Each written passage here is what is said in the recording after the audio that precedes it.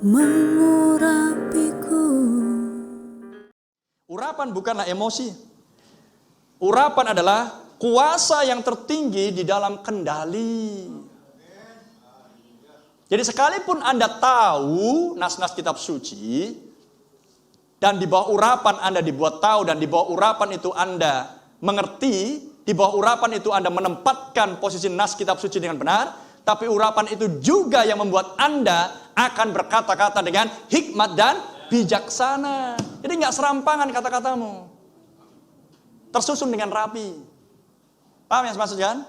Untuk membuat telinga orang mendengar, haleluya, dan percaya dan mengerti. Kata-katamu jelas. Dia tidak mambel. Walaupun Anda punya pengetahuan segudang, tapi orang akan ngerti. Paham? Dan lompat sana lompat sini nggak jelas lompatnya kemana. Praise the Lord. Semua itulah karena urapan yang mengerjakan. Anda bisa mengendalikan temperamenmu, Anda mengendalikan lidahmu. Sehingga ketika suasana panas, Anda nggak ikut panas. Urapan adalah kuasa yang tertinggi di dalam kendali, tahu dengan tepat apa dan bagaimana. Terpuji nama Tuhan.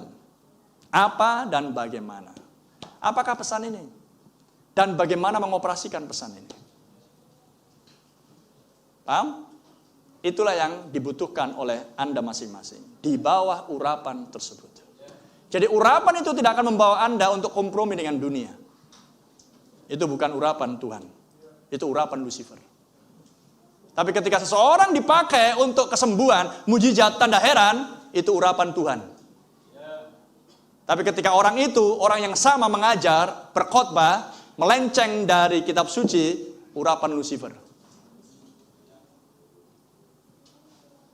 Jadi Yoel 2 Anda bisa melihat itu di Wahyu 9 dan Wahyu 10. Dua urapan yang saling bertentangan.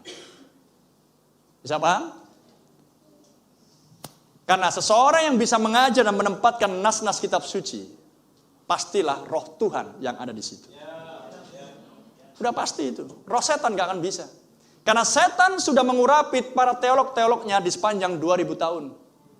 Dan tidak ada satu teolog pun yang bisa merangkai firman dari Kejadian sampai Wahyu dengan benar. Berarti Luther pun juga setan. Tidak demikian, brother. Luther berbeda. Dialah utusan Tuhan.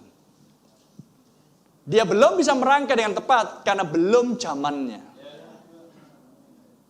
Paham? Sehingga bahkan Luther masih Bapa, Anak, Roh Kudus, Trinitas. Begitu juga dengan Wesley. Bahkan Luther, Wesley, dan Pentakosta masih juga tetap dengan konsep yang salah tentang kealahan, tentang pengangkatan, tentang akhir zaman. Bahkan Luther mengatakan